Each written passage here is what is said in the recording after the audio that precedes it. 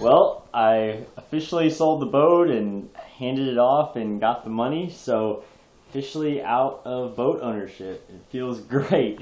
Such a relief. Um, but man, so crazy story from yesterday. I don't, like, nobody's gonna believe it, but here's what happened.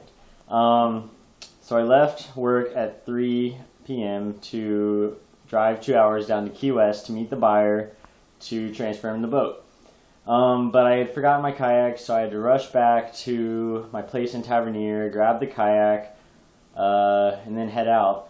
And drove, 2.5 hours down to Key West, and call the buyer when I'm getting close. And he's getting real worried because he has to return his rental car at 6:30 at the airport.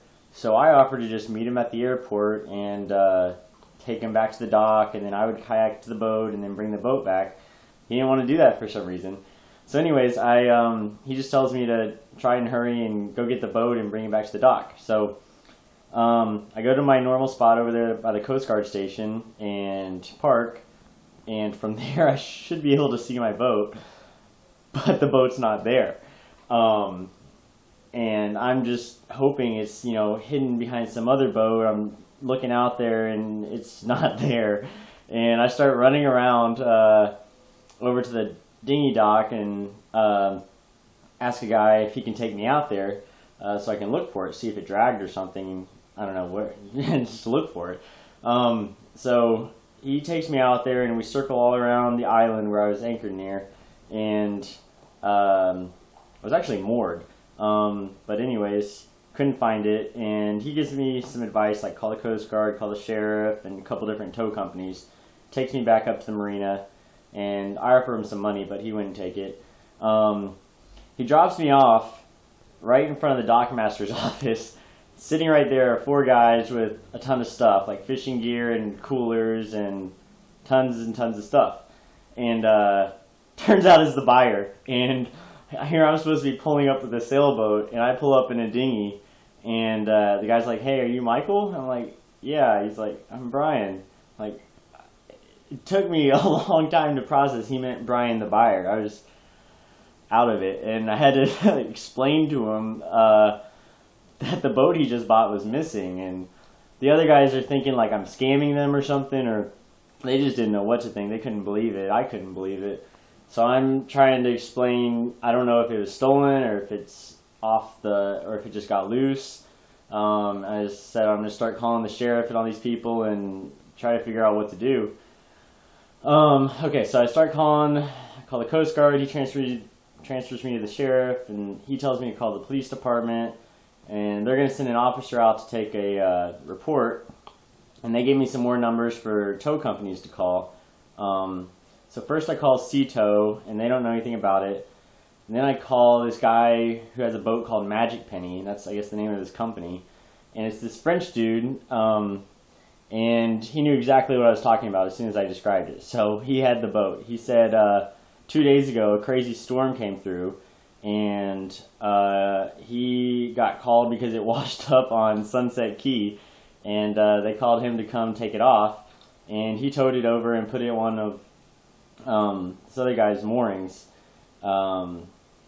So he told me where to find it and how to get out there and everything. So I go back to the dinghy dock. I pay this other guy $10 to take me out there, and eventually we find it, and it's okay and everything. And I climb aboard and start the engine. Engine starts right up. Then I open the hatch to go down below, and there's 3 inches of water above the floor, like above the bilge, above the wood. So I grab a bucket and I just start bailing, like 15 minutes, I must have scooped 150 3-gallon bucketfuls or something. It was nuts. And FYI, human arms are much faster at bailing than bilge pumps, unless you have a super fast bilge pump. I did it by hand for a long time, and then finally kicked the bilge pump on, and it didn't even work. So I start motoring back, or I'm about to motor back to the marina to meet the buyer. So before I leave dock or mooring or anchor or anything, I always test my transmission, because you don't want to release until you know that you're going to be able to drive. And it worked. I kicked it in gear and I heard it click and I started moving, so I was convinced. So I go up there, I put it back in neutral, go up to the front, unleash from the mooring, and then go back, kick it in gear, and start driving towards the marina. I get like 100 yards and the engine freezes. So now I'm adrift. The boat's moving. The wind's decently strong, so I'm drifting towards this other boat now, and the engine won't start, and I can't really raise the sails. The cover is on, and it would have taken a while. And anyways, I had enough momentum from just the wind pushing the boat to steer around this other boat, barely. But from the way the engine froze, I knew it must be a line caught around the propeller, because it's happened to me before. And it's just the way it happened. That was really the only thing it could be. So I stripped down to my boxers in like half a second, and I find my snorkel gear, and I run downstairs for a knife. And I have literally taken everything off the boat. All my silverware, all the pots, pans, everything's off the boat because I'm about to give it to the buyer. But I had one knife left in there sticking in my little knife holder thing. So I grab it, I throw on the snorkel mask and jump overboard and swim underneath and start sawing away on this rope, which was down there, so I was right. And man, crazy intense. And sawing away, trying to concentrate on breathing when I come up so I can actually stay down there and cut. And real quick, I got a lot of it off. So I climbed back up the ladder, I turned it back on, put it in gear again, and it dies again. So I jumped right back overboard, go down, saw some more rope off, and finally get it to where there's just a little bit wrapped around, but I hoped it was enough to where it would spin. So I go back up, start the engine again, kick it in gear again, and this time it stays in gear, and I'm actually moving and it stays on. And so I start driving towards the marina, and the whole way it's like 10 or 15 minutes, and every second I'm thinking it's about to die. And I kept hearing the engine, slow down, or like thinking it's like starting to sound different, which it really wasn't, but I was hallucinating it. So I got back to the marina, and the guys are still waiting there, the buyer and his friends, and they helped me pull into dock, and the bilge is still full of water. I had scooped enough to where it was below the floorboards, but it was still full. So I kicked the bilge pump on again to try to get it pumping, and still nothing's coming out. So I go down there and I reach into the bilge and I pick up the pump and kind of shake it, and I don't know, kind of just run water over the intake because it was sitting down there in a bunch of muck, so I think it was just clogged. Still didn't kick on after that. I had to go up top and like stick my finger in the hole that the water comes out and like kind of pump on it, and started working. So after then it was pumping pretty hard, but it still took a good hour to empty it. And these guys are freaking out, the buyer in particular, obviously. They don't know what to do. I don't know what to do. But I sit there helping them, and we watch the water go down, and they work on stuff, and I help them as much as I can. And eventually, it was a couple hours I was sitting there, and I went and got a six-pack because I needed one. Eventually I was like, guys, I have a 2-hour drive after this, and I have work tomorrow, and it's already 10 o'clock, so I was going to be getting back at midnight. I was like, so what do y'all want to do? I mean, I can come back tomorrow after work or something. And the buyer's like, no, we have to leave tomorrow at 7 a.m. for the trip back to Tampa.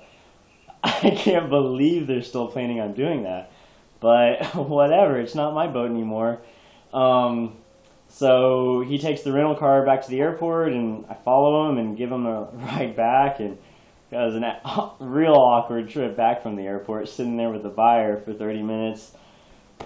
And he was all upset because he had to pay an extra fee for the rental car being late, which I offered a solution for that. But anyways, we get back, and I'm like, you want me to walk back over there with you? And he's like, yeah, let's just check it one more and make sure it's still dry. And so it had been like an hour since we were gone, and the boat had got pumped dry, and then it hadn't really come up at all, or no more, the water wasn't coming in noticeably. So it's a real slow leak, I guess.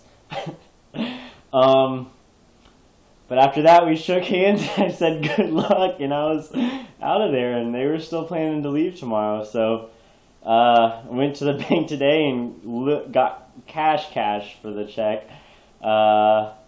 So it's all bills in my hand now, and I sent a notice of sale to the tax collector. So I'm pretty sure this is a done deal. And oh man, just like they say. Well, they say the best day of a boat owner's life is the day he buys it and the day he sells it. That's not true. The best days for me were definitely while I was out there. Sometimes on the island, some just different parts of the adventure were definitely the best parts. But the last day was pretty great too, at least after it was over. Or I'd say this morning, once I walked out of the bank with the money in my hand. But, alright, just had to share that story. I don't know if y'all are going to believe it, but I don't think I can make it up. Alright, see you guys.